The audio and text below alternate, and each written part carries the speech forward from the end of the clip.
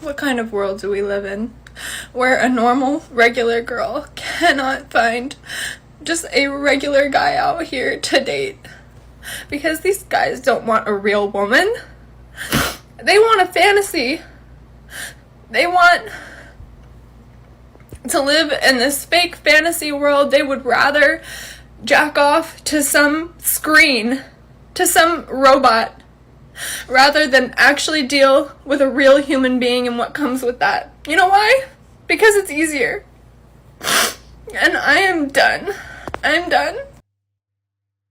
Yeah, I call bullshit on this. I know it's not a good look for a man to dismiss the suffering of a crying woman. Yes, like any man, when I see a woman crying, it brings up that protective masculine instinct. I do feel that, but as time has gone on in this culture, I have had to teach myself to ignore the emotion and to focus on the content, to listen to the substance, because there are so many women that are emotional, that are crying, they're complaining about how much suffering is in their lives. They're such victims when actually it's their own fault. Take this woman. Now, she's obviously distressed, and I have compassion for any human being who's suffering. It sucks to see her that way, but dating isn't working out for her. And how does she diagnose the problem? Who's at fault here? Who's to blame?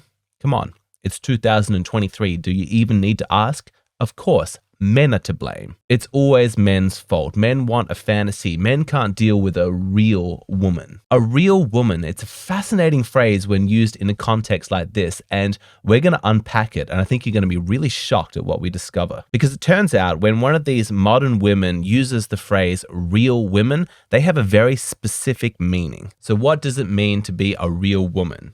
It means you have mental health issues. It means you have huge emotional needs. You have chaos, anxiety, depression. I'm a real woman, and if you want me to be your girlfriend, then that means that all of those problems are now your problems. You have to deal with them. As my boyfriend, it is your job to fix all of this stuff for me. Fascinating, isn't it? Whatever happened to wanting to be a proud, independent woman? No, you see, when a modern woman wants to abscond herself of her responsibilities and just be free and not think about the obligations that she has to other people, then she's a proud, independent woman. But the moment that she needs your help and she needs you to think about your responsibilities and obligations to her, she's no longer a proud, independent woman. No, she's part of a team and she needs you to step up. And if you don't, then you're a pathetic, weak man who can't handle a real woman. It's your job as a man to sacrifice yourself and fix things for her. When you're struggling as a man, hey, that's a you problem. But when she's struggling, whoa, that's different. That's an us problem. Any man who can't stomach that hypocrisy is pathetic and just can't handle a real woman. Have you noticed how few modern women actually embrace the values of self-responsibility when it comes to their own emotions, when it comes to their own mental health issues? For a regrettably large segment of the female population,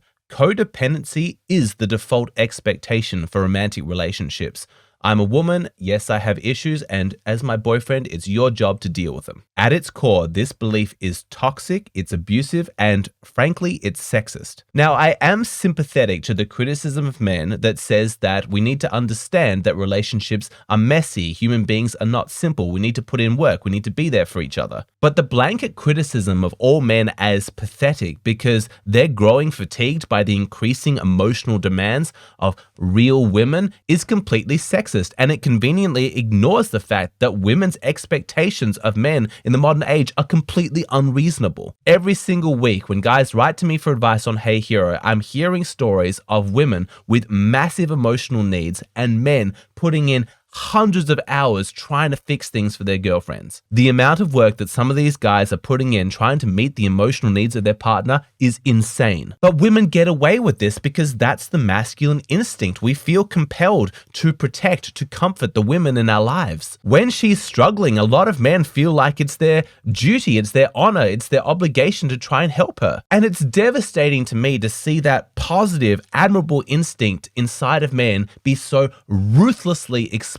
Because for some of these women, it is a bottomless pit. Unless she is taking responsibility for her own issues, it doesn't matter what he does. It's never going to be enough. Ladies, let me be frank. If there's something wrong with you, some emotional issues, some trauma, whatever it is, Your boyfriend cannot fix it for you. Only you are capable of fixing that. Now that's just a statement of fact. No amount of demanding more from your boyfriend and shaming him when he doesn't live up to your expectations are actually going to solve your inherent issues. The codependency that you're preaching cannot solve emotional problems. It just creates new ones. The expectation that it is his role to make things right for you is just going to drain him of whatever energy he has as you exploit the love that he has for you to try and do the impossible. If you keep this up, he's going to burn out. Now, I'm not saying that you don't come to him with any problems, okay? You are a team. You're meant to communicate, share what you're going through. That's healthy. But at a core level, you need to be an adult. You need to understand that your issues are your issues and it's your responsibility to fix them. Anything else is toxic codependence and it's not going to end well. We saw some examples of that in my course. In those stories, we saw how quick women are to question a man's love, to question a man's commitment to her, when the real motivation is to simply manipulate him into doing more for her. Yes, I have heaps of emotional issues. Yes, I have unresolved trauma,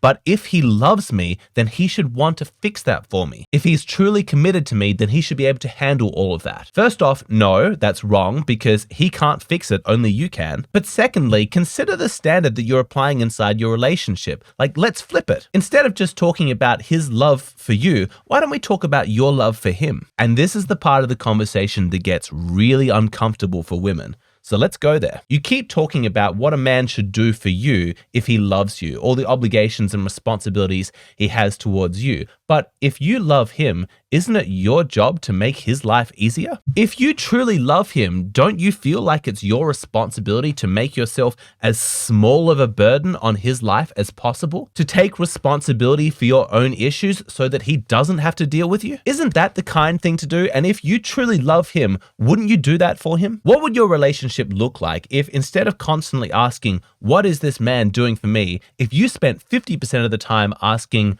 what can I do for this man? You know, we're living in fucked up times when such a simple, logical question feels controversial to say out loud. But here's the hard facts. The criticism leveled at men, he can't handle a real woman. He just wants things to be simple and easy. That makes no sense. How is that a criticism? Why on earth would a man not want things to be simple and easy? How is that a flaw in his character? What rational person wants things to be difficult? Yes, we should all have reasonable expectations. Life is hard, relationships are difficult, human beings are complex. We're all going to have struggles and we need to work together to overcome that. But doesn't it make sense that all of the effort that we're putting in is in service of the goal of making our lives easier and more simple? We struggle now so that we don't have to struggle in the future. We work on our mental health issues and engage in all of this self-improvement so that in the future, we can live a life without anxiety, without depression, without trauma, without big emotional issues. We want to be happy. We want to be well adjusted. We want to have a peaceful existence. If a man says that he wants his relationship to be simple and easy, that's not a character flaw. That's evidence that his head is screwed on straight. I'll go even further. His job as the leader in the relationship is to steer both of you towards the greener pastures, to guide you to a life where there is less struggle, less suffering, less pain. That's his goal. That's what he's trying to achieve. And as his girlfriend, the least that you can do is support him in that. And you do that by taking responsibility for your own issues, working on them yourself. I put this challenge out to all women. You need to stop blaming men for not being able to achieve the impossible, for not being able to solve all of your emotional issues. The only thing you're achieving with all of that blame is a perpetual state of victimhood and the ability to continue to absolve yourself of personal responsibility, which is not good for you. It's a bad strategy and it's not going to make you happy. It should be your conscious goal to be as small a burden to your boyfriend as possible. That is what you should be aiming for. Yes, some things will come up and you'll need some support. They'll come up for him as well. That's to be expected. You help each other out, but it's within the greater context of wanting to be better, to get better, to live a life that is better, where life is happy, simple, and easy. So to the high quality women in my audience, if your boyfriend or husband says to you things like, God, I enjoy life with you. You make things so simple. You make things so easy. Existence with you is so peaceful. well done. Congratulations. You're awesome. You are doing a great job as his wife. But if your husband or boyfriend is just beaten down and tired by all of the codependent expectations that he solve all of your emotional issues, then you need to do better. And there's a lesson in that for men too. We should ask the question, is this gendered, or is it also a man's responsibility to be as small a burden to his wife or girlfriend as possible as well? Okay, so at a core level, fundamentally, the lesson to be learned here is the same for men as it is for women. Generally speaking, as small of a burden as you are to your partner, the better. I think it is a very sincere expression of love for that person when you do not want them to suffer on your account. And so you take as much personal responsibility as you are able to in order to fix your own issues so that you don't burden them in a codependent way. But I do get a little bit frightened in giving this advice to men because the masculine instinct as a default is to clam up, to not talk about our issues, to not want to burden our partner. You know, as men, we like to go it alone, do it independently, like suffer alone. And for too many guys, that doesn't mean actually healthily looking at their own issues and taking responsibility for it and sorting it out. It just means pretending like they don't have any issues. And repression is not healthy. I've said many times on this channel that girlfriends do not want to mother their boyfriends. But the problem is that some men still need mothers. All right, that's just the plain way of saying it. But you have certain developmental needs that had to be met in order for you to grow up to be a well-adjusted adult. And so as a child, if your mother failed in some of her duties and you have unmet needs, then even as an adult, emotionally speaking, you're still often a child. And so there's almost a certain logic to it in that, well, my mum was my primary feminine relationship, but now that I'm an adult, it's my girlfriend. And so I'm going to transfer all of those unmet needs from my mum onto my girlfriend, and then she can fix that. It's not going to work. Now, some men understand it's not going to work, and so their solution is just to pretend like they don't have any issues, to just repress it. They're too scared by the danger of, well, if I start opening up too much to my girlfriend, it's all just going to flood out and then she's going to lose respect for me and she's going to leave the relationship. And so they're between a rock and a hard place, right? Like they either just clam up and don't deal with their issues, or they just vomit up everything in a codependent way onto their girlfriend and then she freaks out and leaves. Neither is good, and you'd be tempted to, have a lot of compassion for men, like, oh, this is so cruel. What can they possibly do? Were it not for the fact that we have other options for dealing with these issues. For me, it's been talking with friends, talking with professionals. I do co-counseling, I do therapy. More recently, for members of my Patreon community, we've been doing men's groups, these hero circles where we actually share with each other. We're working on this stuff inside ourselves and in the appropriate context so that we don't need to become a burden to our girlfriends. I'm going to talk more about the kind of stuff that you can share with your girlfriend in just a moment, but I just want to take a moment to really, really clarify my stance on this, because there's a bit of a divide, I'd say, in the manosphere between the kind of pro-therapy or the anti-therapy kind of groups. Like, what's actually going to work for men and their emotional needs? Repression or uncovering? Now, the sort of like stoic repression guys are like, no, show no weakness, just talk yourself out of your emotions, just get on with it, be a man. There's no need to look at that kind of stuff. It's all girly, it's all pathetic. Just kind of heaping on like the shame onto themselves, like, no, these things are unacceptable for you to feel, so you just don't feel them. You just get on with it, which in a survival circumstance is actually the smart thing to do. You just have to get on with it. But ideally, you should be structuring your life so that you're not in a survival mode, so you're actually comfortable. And once you're comfortable and life is going well, what's the point of continuing to treat yourself as though you're a soldier in a war zone? Once you've created a safe life for yourself, the much healthier alternative is actually uncovering this stuff, because the price that you pay for repression continues to cumulatively get higher. It takes more and more effort, more and more shame in order to keep those emotions down, because unconsciously they're desperate to resolve themselves. They're trying to get out. They're trying to work themselves out. That's why you're attracted to the things that you are. Whereas the good thing about actually processing your emotions, going through the grief, uncovering this stuff, is that once it's sorted forever. I'm not saying that it doesn't perhaps come back in like new forms and there's layers to this stuff and it comes out in spirals, but largely speaking, if you have an unmet developmental need and then you meet it in the appropriate context and you grieve all the pain and the emotions and the shame or whatever it is attached to it, afterwards, then that's done. You've cleared yourself from it. If you had 10 units of trauma in your brain before that, once you work on one of them, then you're down to 9. And so you do another thing, you're down to 8, and so on and so on and so on. And so guys who actually make this stuff work for them and they engage in it, they can find themselves with a completely clean psyche eventually. It just takes a lot of work that unfortunately a lot of men find very, very uncomfortable. And there is good reason for this. It's because society is not comfortable with male emotions. They're not, all right? Like if you've looked around your environment and surmised, I don't think anyone really wants to hear about my suffering. I don't think people want to see me be like a crying baby talking about how I wasn't loved enough by my mother.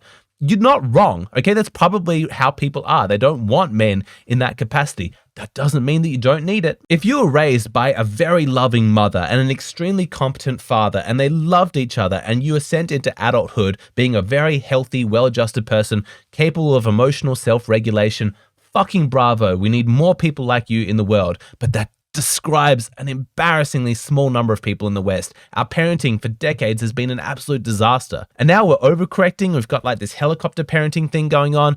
It's all such a mess. And so if you're not a spectacularly well-adjusted person, please don't feel shame. You're in good company. Lots of men are struggling. There's no shame or judgment in that. It all depends how you're dealing with it. And by you going to a group therapy, a men's group, an individual therapist, whatever it might be, and actually working on that issue in that context, that's not you absolving yourself of responsibility. That's you taking personal responsibility, wanting to get on top of it so that you don't make yourself a burden to the people in your life. Because even if you're a master of repression, I guarantee you are affecting the people in your life. Because while you're like, I'm never going to let myself feel fear or pain or shame or sadness or anything like that, you're probably a really bitter, angry individual because you have to keep up that mindset in order to keep all those emotions down. And all that anger is probably spilling out unconsciously onto the people around you. And they're all probably pissed off and sick of it. No, the nicer thing for you to do is to work on these issues, to resolve them. So now the question, can you talk to your girlfriend about this stuff? Yes,